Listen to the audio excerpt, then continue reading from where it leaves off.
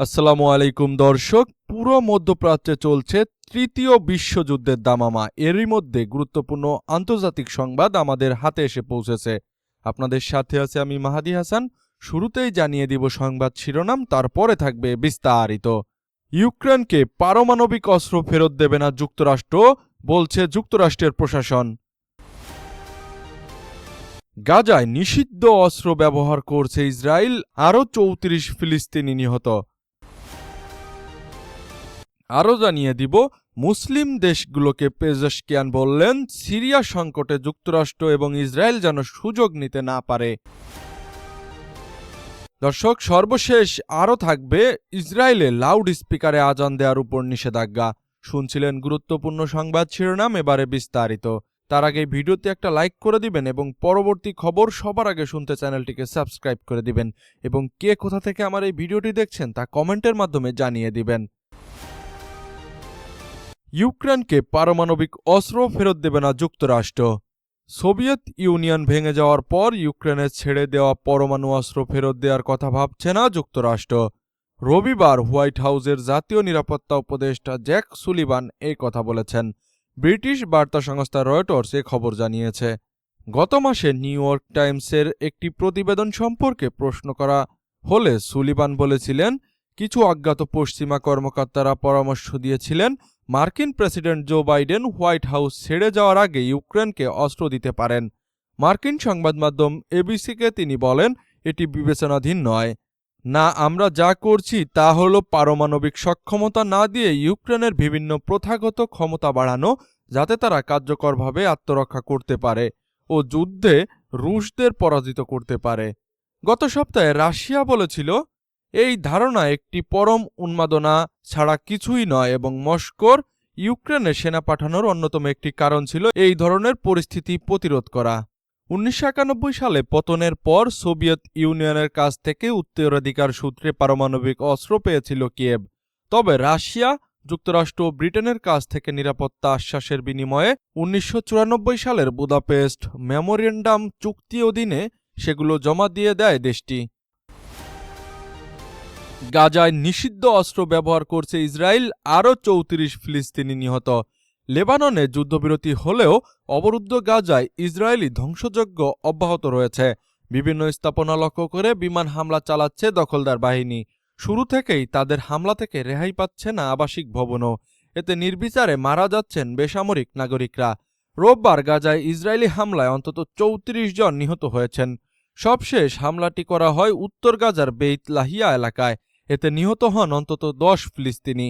গাজার এক শীর্ষ মেডিকেল কর্মকর্তার অভিযোগ করে বলেছেন, আন্তর্জাতিকভাবে নিষিদ্ধ এমন অস্ত্র গাজায় ব্যবহার করছে ইসরায়েলি বাহিনী। এমন অস্ত্রে মরদেহ নিশ্চিহ্ন হয়ে যায়। গাজায় ফিলিস্তিনি বিষয়ক শরণার্থী সংস্থা জানিয়েছে, ত্রাণকর্মীদের ওপর অব্যাহত হামলার ফলে কারেম আবু সালেম ক্রসিং দিয়ে কার্যক্রম বন্ধ করা হয়েছে। এর আগের দিন শনিবার অন্তত ১০০ ফিলিস্তিনি নিহত হয়েছেন। এর মধ্যে কেবল জাবালিয়া শরণার্থী শিবিরে চালানো হামলাতেই ৪০ জন প্রাণ হারিয়েছেন। ২০২৩ সালের ৭ অক্টোবরের পর গাজায় ইসরায়েলি হামলায় ৪৪,৪২৯ জন নিহত হয়েছেন। আহত হয়েছেন ১ লাখেরও বেশি। অন্যদিকে লেবাননে মারা গেছেন ৩,৯৬১ জন, আহত হয়েছেন ১৬,৫২০ জন। মুসলিম দেশগুলোকে পেজেশকিয়ান বললেন, সিরিয়া সংকটে যুক্তরাষ্ট্র ও ইসরায়েল যেন সুযোগ নিতে না পারে।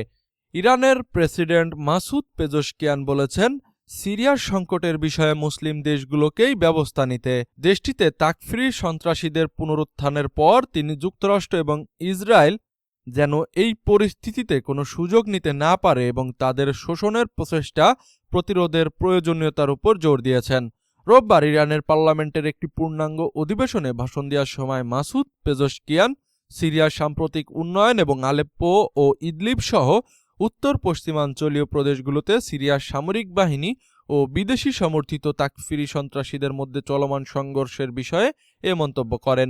তিনি বলেন, আমরা আশা করি মুসলিম দেশগুলো এতে হস্তক্ষেপ করবে এবং এই দেশের অভ্যন্তরীণ সংঘাতে আমেরিকা ও ইসরায়েলকে সুযোগ নিতে দেবে না। পেজেশকিয়ান বলেন, তাকফিরি সন্ত্রাসীদের আক্রমণ আমেরিকা এবং ইউরোপীয় দেশগুলোর সমর্থন পেয়েছে। এই কর্মকাণ্ডগুলো আমেরিকা ও ইউরোপীয় অস্ত্র ব্যবহার করেই পরিচালিত হচ্ছে। বুধবার থেকে হায়াত তাহরির আল শাম এবং তাদের মিত্র সন্ত্রাসী গোষ্ঠীগুলো আলেপ্পো অঞ্চলে প্রবেশ করে কিছু এলাকা দখল করেছে। সিরিয়ার সরকার ও জনপ্রিয় বাহিনীর সঙ্গে তাদের তীব্র সংঘর্ষ চলছে। সিরিয়ার সেনাবাহিনী রুশ বিমান বাহিনীর সহায়তায় এই সন্ত্রাসীদের বিরুদ্ধে পাল্টা অভিযান পরিচালনা করছে।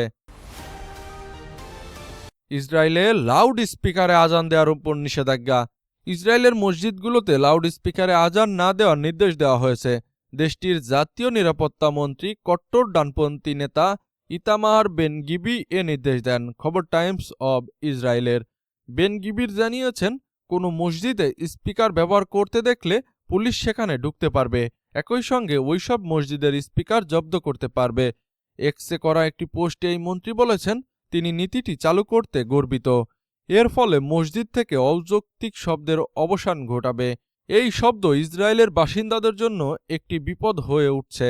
এই নিষেধাজ্ঞার বিরুদ্ধে কথা বলেছেন তবে ইসরায়েলের বিরোধী দলীয় নেতারা, যার মধ্যে আছেন লেবার পার্টির গিলাদ কারিব। তিনি এক্সে লিখেছেন, বেন গিবির ইসরায়েলের নিরাপত্তাকে হুমকির মুখে ফেলেছেন।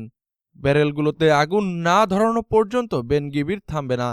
হাদেসটা আলের নেতা আহমেদ তিবিও এই নিষেধাজ্ঞার কঠোর নিন্দা জানিয়ে বলেছেন, বেন গিবির ঘৃণা ও আরবদের নিপীড়নের ওপর তার ঘাঁটি তৈরি করেছেন। নেতানিয়াহু দাঙ্গাবাজ মন্ত্রীর কর্মকাণ্ডের জন্য দায়ী। দর্শক, আজকের মতো এখানে শেষ করছি। দেখা হবে পরবর্তী খবরে। ততক্ষণ সবাই ভালো থাকবেন, সুস্থ থাকবেন। খোদা হাফেজ।